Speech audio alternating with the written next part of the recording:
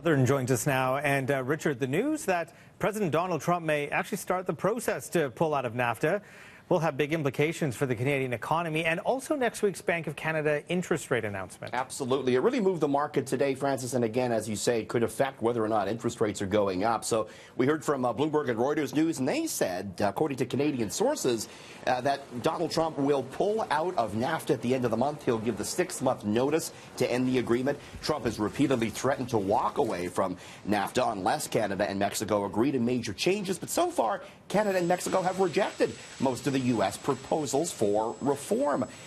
All the major banks here in Canada were predicting an interest rate increase next Wednesday, but now that might be off the table. I asked Avery Schenfeld, senior economist at CIBC, if he's changing his mind about an interest rate hike next week. It's no sure thing because the Bank of Canada had specifically said that its forecast, the last one it published, included no change in trade relations. So this is definitely a negative for their economic forecast if they decide to now incorporate it.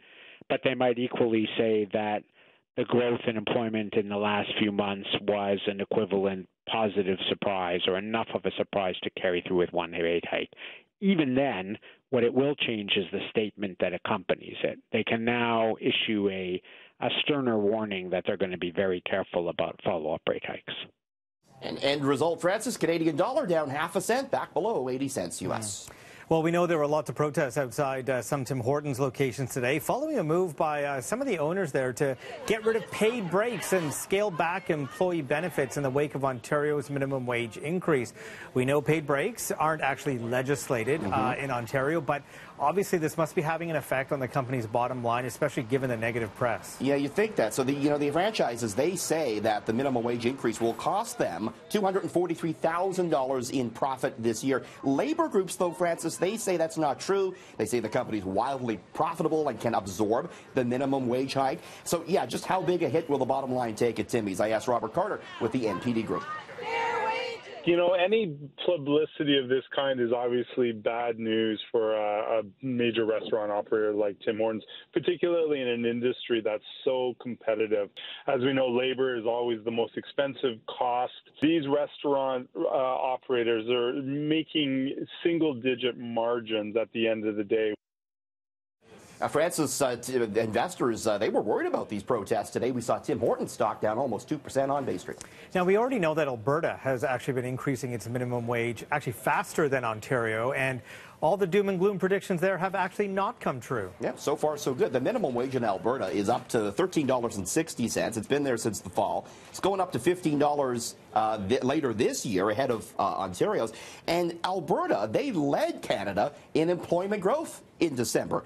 Province added 26,000 jobs last month, and most of them were in accommodation and food services, the areas where you typically see the most part-time jobs. And this is actually what studies have found time and time again, Francis, is that when you hike a minimum wage in a certain area, you actually encourage employment growth. But we're going to have to see what happens here in Ontario. See how it plays out.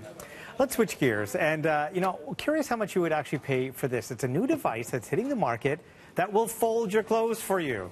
I'd pay a small fortune for this. I would too. This is the Foldy Mate. They're showing this off at the Consumer Electronics Show today. It's a small cabinet that folds your clothes for you. So you feed in your unmentionables at the top, Francis, by hand, and it folds them up and they spit them out at the bottom. It sells for $1,000, so it's not cheap. It doesn't ship until next year, and no, it doesn't fold your fitted sheets, which are the toughest thing to fold, as you may know. No, but I want to know if they'll actually put them in the drawers and everything. And yes, that's what we, and they wash them. We needed to do the washing. We need a full-service laundry machine. That's what we need. We sure do. That's called me. Yeah. So finally, big changes coming to Diet Coke. It's getting a new look and new flavors amid sinking sales. Yeah, that's right. So the original Diet Coke will still be available, but they're adding all these new ones, new flavors: ginger lime, feisty cherry, twisted mango, zesty blood orange. They'll come in these thinner, taller 12-ounce cans. Diet Coke sales have been falling as more people switch to low-calorie drinks. Coca-Cola says the new flavors are intended to appeal to millennials. Hopefully Donald Trump is not too worried. Remember, they said he drinks like 12 cans of Diet Coke a day. And these gimmicks will probably work too, right? Yeah, something new. Go give it a shot. But people are drinking just less pop overall, so we'll see. Mango Coke. Who knows? Thank you, Richard.